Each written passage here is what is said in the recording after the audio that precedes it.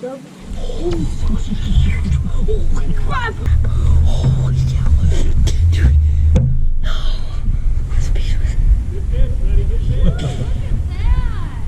That's bigger than you think it is, son. That's bigger than you think it is.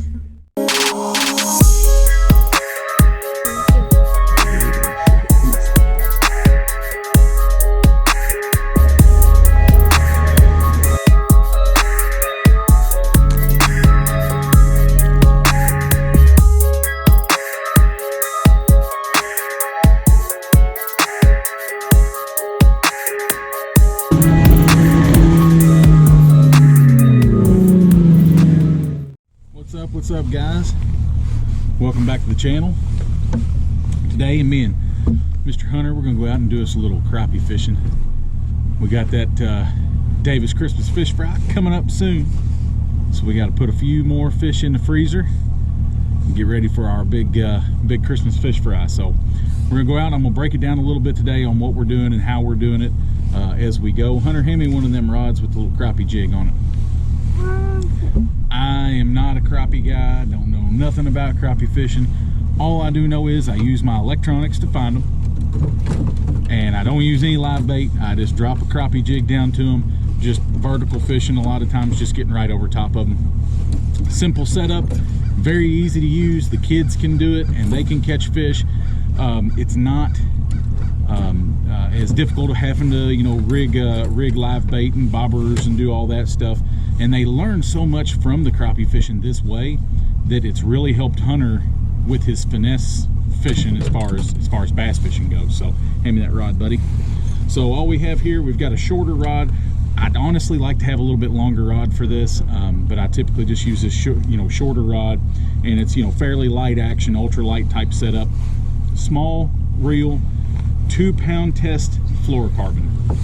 Now, in this clear water, when it's cold, you don't get a lot of bites sometimes, so having the 2-pound test fluorocarbon, I think, is very key. All we do is rig that out on a 1/16 ounce ball head. See right there, color has not honestly made a difference. If we don't get bites, we experiment with it a little bit, but color of the lead head has not really made much difference. And then just a Bobby Garland baby shad, the original baby shad. We got them in different colors. This is just a natural cricket. You know, we've got them in some white chartreuse, orange. There's all kinds of different ones, but all we do literally is drop that straight over the side of the boat. We're watching the fish on our 360. We're watching the fish on our down imaging and our down scan, and literally we're just dropping straight down to them and waiting to feel that bite. When it gets colder, the bite gets more and more subtle, so you really have to be watching your P's and Q's. But let's go out and see if we can catch a few guys. Hopefully this will help you. I'll show you some areas and different things that you can do to kind of find them in the winter time. Basically, I just spend a lot of hours graphing, looking for brush piles, looking for offshore things like that, and the crappies seem to get on them, and I wish the bass would, as many of them as I have marked, but I'm yet to really catch that many bass in them. So stick with us, see what we can do. Let's see if we can put a few slabs of meat between the bread. Stay tuned.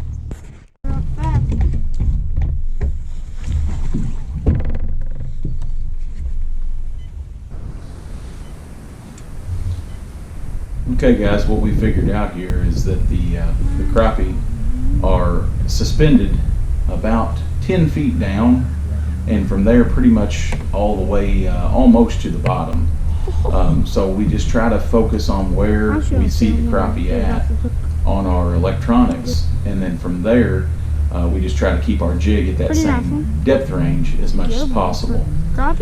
So you don't want to be below them, or you really don't want to be above them, especially in cold water, as a lot of times they're not going to come to a bait. You kind of have to put it in front of their face to get a bite.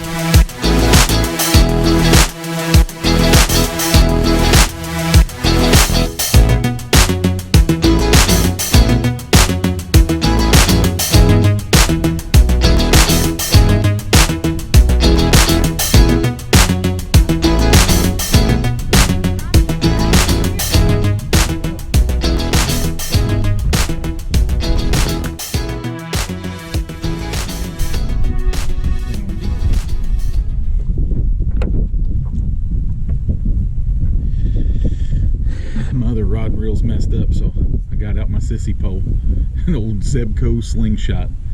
That shows you how good of a crappie fisherman I am. Sad, huh? He'll eat.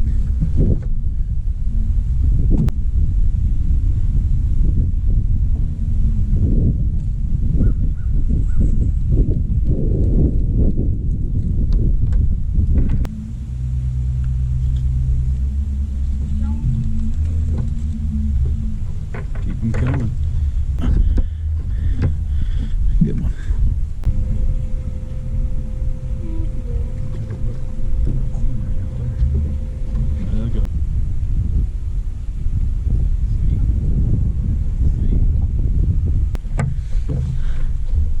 Dude. Put that on a cracker. Crack-a-doo. Put That on crack-a-doo.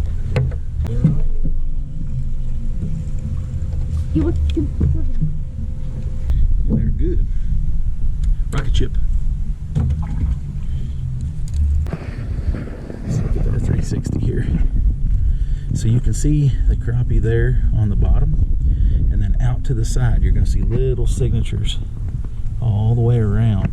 They're kind of fanning all the way over into here, and those are the crappie that are up underneath of these boat slips, and it allows us to really pinpoint where those crappie are on these boat slips, because they'll move, and they'll move around a lot. When you fish for them, you get some fishing pressure on them, they'll actually move. They might be in this slip here, then they'll move over to this slip over here. Sometimes they'll be in this slip back there. They just kind of move around. So the 360 allows you to keep up with those crappie, and you can do the same thing with all species. Crappie, bass, bluegill, anytime they're schooled up, 360 is really, really, really effective. So let's catch a couple more.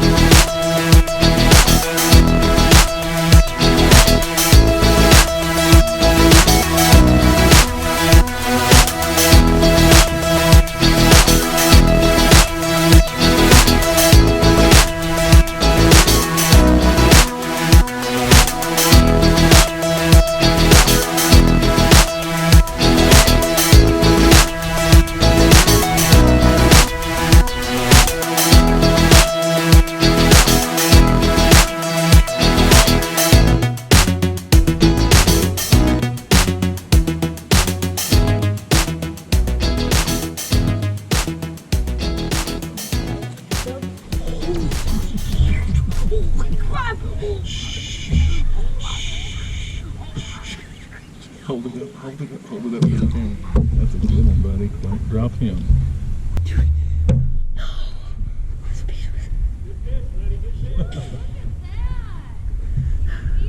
He's a whooping me.